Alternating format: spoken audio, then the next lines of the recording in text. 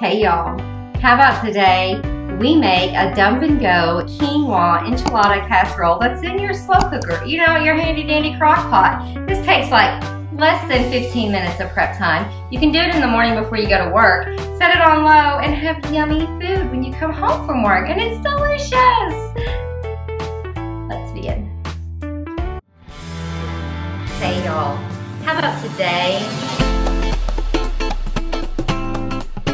Plant-based foodies on.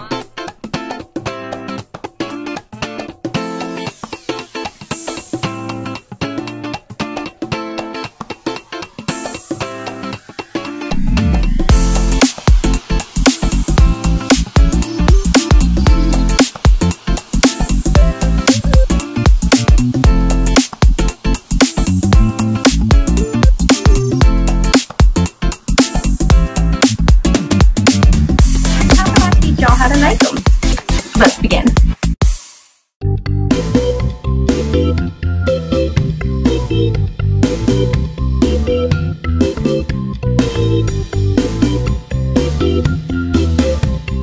Okay, so this is the easiest recipe on the planet. You're gonna thank me because all of y'all that always say, Chrissy, I want to eat the way you do, but I just don't have the time. Well, here's a recipe that you do have the time for. If you can chop an onion, you can do this recipe. So you're going to start with one chopped onion. This is like a medium-sized onion. You can use a red onion or a white onion. Use white because that's what I have. Oh wait, I forgot something. Imagine that. Be right back. Okay. So then you're going to add 2.5 cups of your vegetable broth. There's 2. And 1/2 cup of vegetable broth. Sorry about that, Steve. And then we're going to add 3/4 of a cup of green bell pepper and 3/4 of a cup of red bell pepper. This is 1 can of diced tomatoes, undrained. 1 can of corn that's been rinsed and drained. 1 can of black beans. These are like the standard sizes of 14, 15 ounces, whatever they are. 1 can of black beans that have been rinsed and drained. It's already looking Mexican-y and beautiful. It's so colorful, y'all. So pretty. Then, this is 1 cup of enchilada sauce.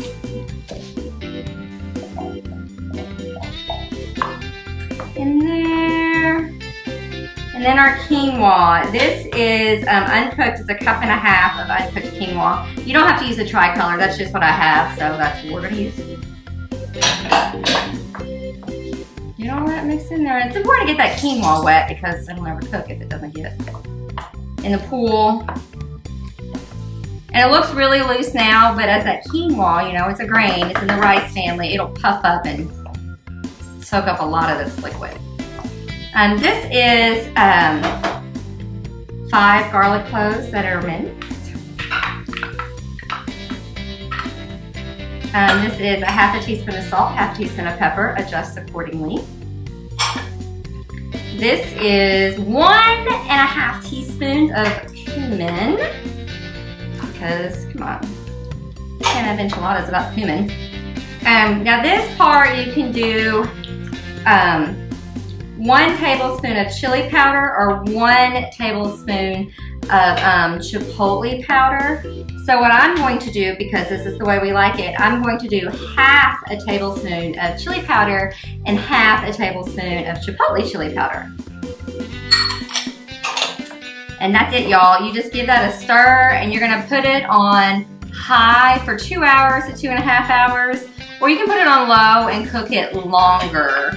So I'm going to get this going and show y'all what we do when we're about to serve it. So, see y'all soon.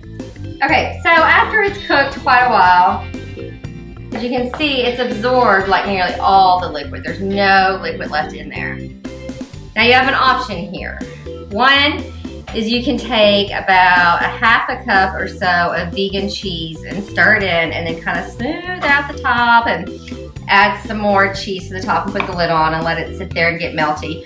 Or if you make like a cheese sauce like we do, you can just kind of add it per bowl so people can kind of control their cheese. But we are going to stir in, this is like a tablespoon and a half of lime juice, about the juice of one good sized lime. Sorry, my nose is tickly. Juice of one good sized lime. Stir it in, some cheese.